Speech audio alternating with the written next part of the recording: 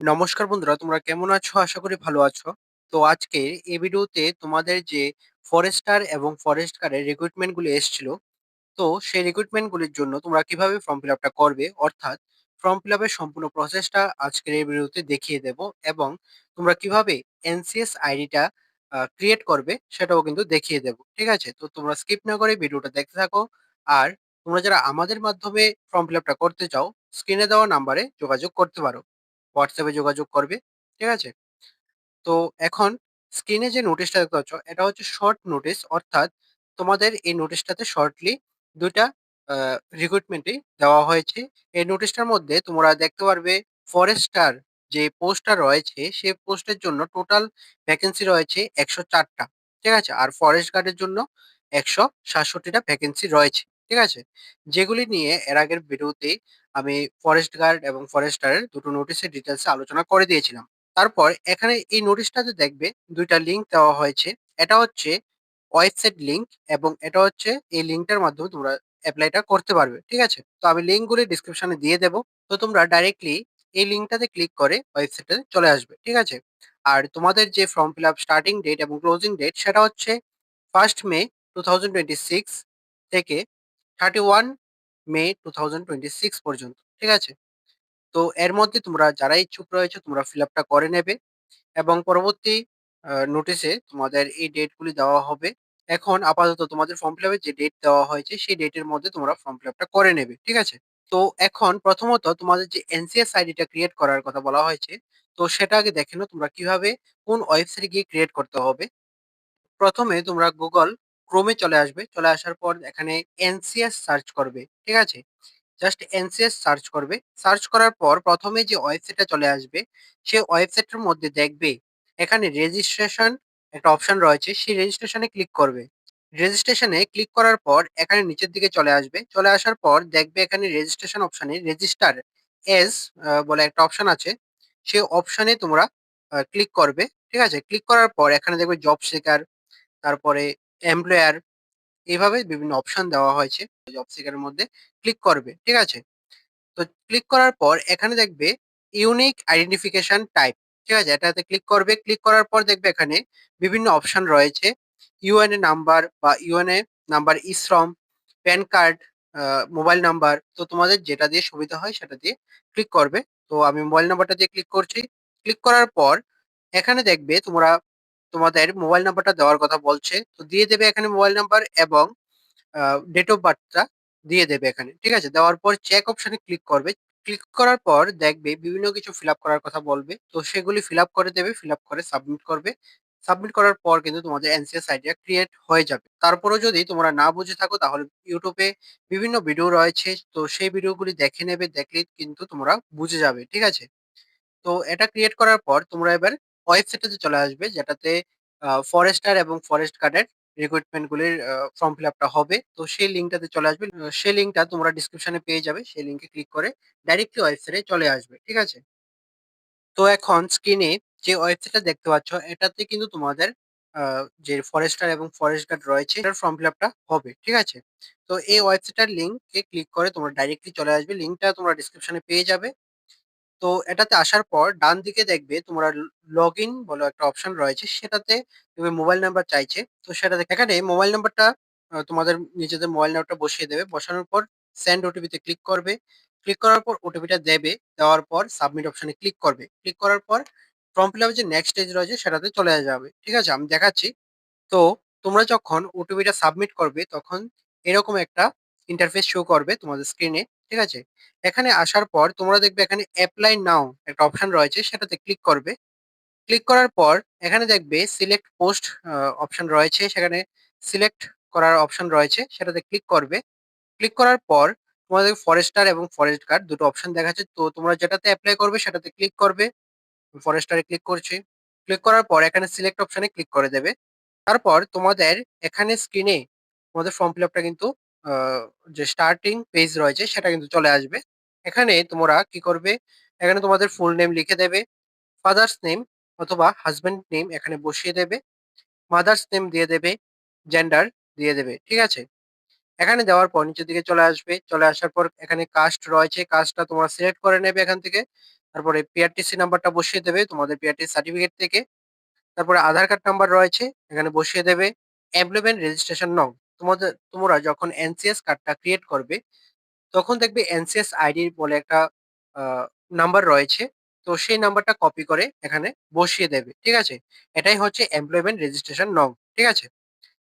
তারপর তোমাদের ইমেল আইডিটা বসিয়ে দেবে এবং ডেট অফ বার্থটা বসিয়ে দেবে। বসানোর পর তোমরা সেভ এন্ড নেক্সটে ক্লিক করে দেবে, তাহলে নেক্সট পেজে চলে যাবে, ঠিক আছে। তারপর চলে আসবে তোমাদের অ্যাড্রেস ডিটেলস, তারপর কোয়ালিফিকেশন ডিটেলস, আপলোড ডকুমেন্টস, ঠিক আছে। তো আগে পার্সোনাল ডিটেলসটা কমপ্লিট করে নেবে। তো এখানে পার্সোনাল ডিটেলসটা কমপ্লিট হয়ে গেছে, তো এখন এসছে অ্যাড্রেস ডিটেলস। তো এখানে আসার পর তোমরা প্রেজেন্ট অ্যাড্রেস যেটা রয়েছে তোমাদের সেটা বসিয়ে দেবে অ্যাড্রেসের জায়গাতে। তারপর ডিস্ট্রিক্ট সিলেক্ট করে নেবে, সাবডিভিশন সিলেক্ট করবে, পিন কোডটা দিয়ে দেবে, ঠিক আছে। এখন তোমাদের পার্মানেন্ট অ্যাড্রেস চাইছে। তো তোমাদের যদি পার্মানেন্ট অ্যাড্রেস এবং প্রেজেন্ট অ্যাড্রেস সেম থাকে তাহলে এখানে যে বক্সটা রয়েছে সেটাতে ক্লিক করে দেবে, ঠিক আছে। আর যদি সেম না হয় তাহলে কিন্তু পার্মানেন্ট অ্যাড্রেসটা এখানে বসিয়ে দেবে, ঠিক আছে।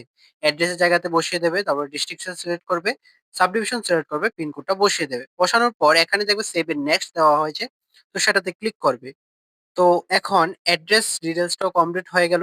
তারপর রয়েছে কোয়ালিফিকেশন ডিটেলস, এটাতে আসার পর তোমাদের দেখবে এখানে কোয়ালিফিকেশন অ্যাড করতে হবে, ঠিক আছে। এখানে কি বলা হয়েছে দেখো, add all your educational qualification starting from Madhyamik, higher education up to highest qualification, ঠিক আছে। অর্থাৎ প্রথমে তোমাদের মাধ্যমিকের ডিটেলস গুলি দিতে হবে, তারপরে হায়ার সেকেন্ডারি অর্থাৎ ক্লাস 12 এর ডিটেলস গুলি দিতে হবে। তারপর তোমাদের যে হাইয়েস্ট কোয়ালিফিকেশন রয়েছে সেটা দিয়ে দেবে, ঠিক আছে। এখানে তোমরা দেখবে এড কোয়ালিফিকেশন বলে একটা অপশন রয়েছে, সেটাতে ক্লিক করবে।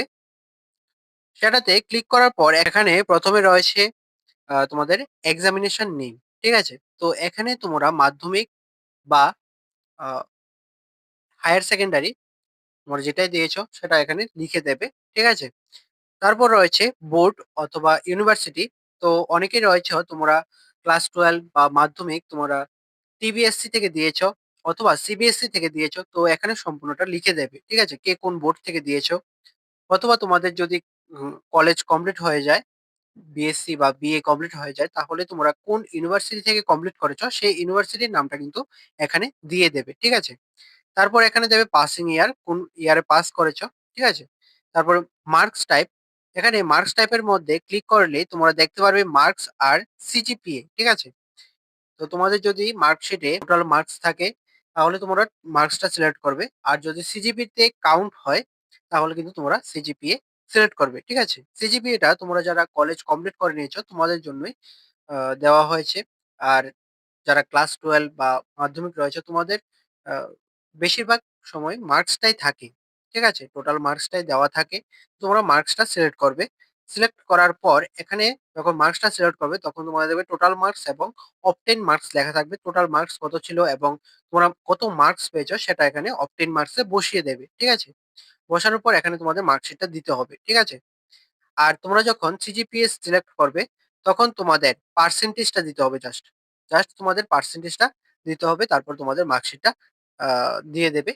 এখানে যে চুজ অপশন রয়েছে সেখানে ক্লিক করে তোমাদের মার্কশিটটা দিয়ে দেবে এবং তোমাদের সেভ অপশনে ক্লিক করে দেবে, ঠিক আছে। তাহলে কিন্তু তোমাদের এটা সেভ হয়ে যাবে।